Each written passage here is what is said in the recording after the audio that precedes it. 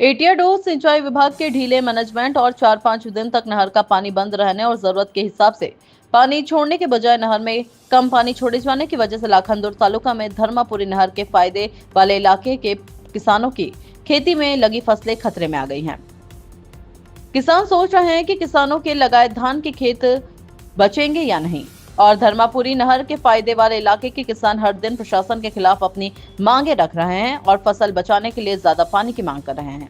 आइए देखिए खबर विस्तार से। भारत नेशन के लिए प्रकाश नागतोडे की खास खबर। बने रहिए भारत नेशन के साथ।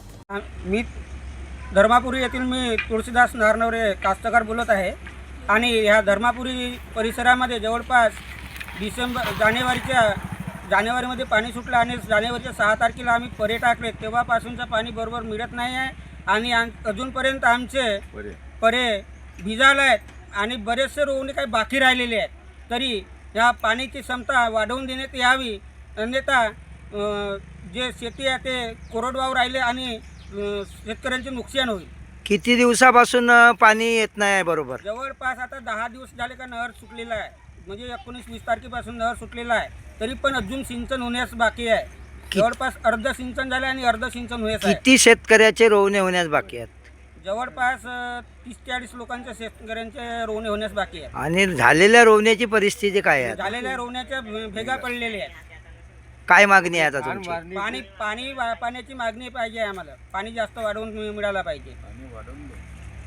गोविंदा रामाजी दोनाडकर या संस्थेचा अध्यक्ष या नात्याने सांगतो की हा पाण्याचं नियोजन थोडंसं कमी प्रमाणात पाणी येत आहे आणि कमीत कमी 40 ते 50 एकराचा इकडे रोवणे व्हायचे आहेत।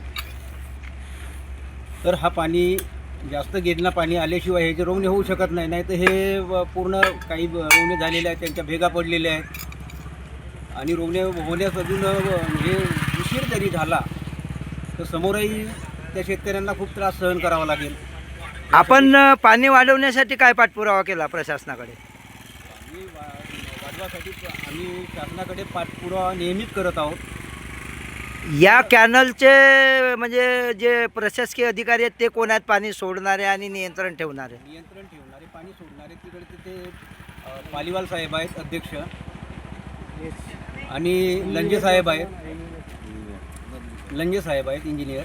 तुम्ही लंजे साहेबाची भेट घेतल्या का? लंजे साहेबासोबत फोनवर कॉन्टॅक्ट होत असते। पाण्याबद्दल काय बोलले ते? पाण्याबद्दल त्यांना नेहमीच विचारणा केली असते। पाणी वरतूनच कंट्रोल करून पाणी इकडे आणण्याचा प्रयत्न करतो म्हणतात। समजा पाणी आला नाही आणि जर शेतकऱ्याची जी लावलेली फसल जर मेली तर याला जिम्मेदार कोण असेल?